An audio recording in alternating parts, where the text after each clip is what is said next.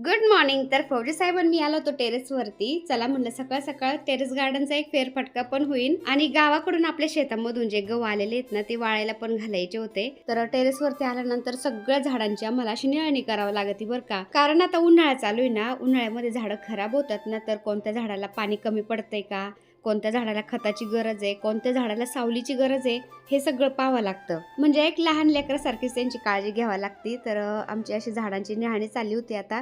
आणि टेरेस रोज जरी झाडून घेतलं ना तरी पण झाडांचे थोडेफार पानं, थोडेफार फुलं असे खाली गळतात ना, तर ते झाडून घेतलं होतं. 2 दिवसापूर्वी फौजी साहेबांनी सगळं टेरेस धुवून काढलं होतं, त्यामुळे एकदम स्वच्छ होतं टेरेस. फक्त थोडेसे पानं गळालेले होते. टेरेस झाडून घेतलं, त्यानंतर सगळे गहू टेरेसवरती पसरून दिले. 1-2 दिवसाचं ऊन दिलं ना गव्हाला, छान ते वाळल्या जातील, कारण खूप कडक ऊन आहे. आता गहू वाळायला घातल्यानंतर मी लगेच खाली आले, कारण मला स्वयंपाक करायचा होता. फौजी साहेबांना ड्युटीवर जायचं होतं. तर पत्ता गोबी आणि चपाती केली मी आणि फौजी साहेबांना पटकन जेवायला दिलं. ते पण जेवण करून ड्युटीवर गेले. तर चला, असा होता छोटासा व्हिडिओ आजचा. चला भेटूया दुसऱ्या व्हिडिओमध्ये, तोपर्यंत बाय.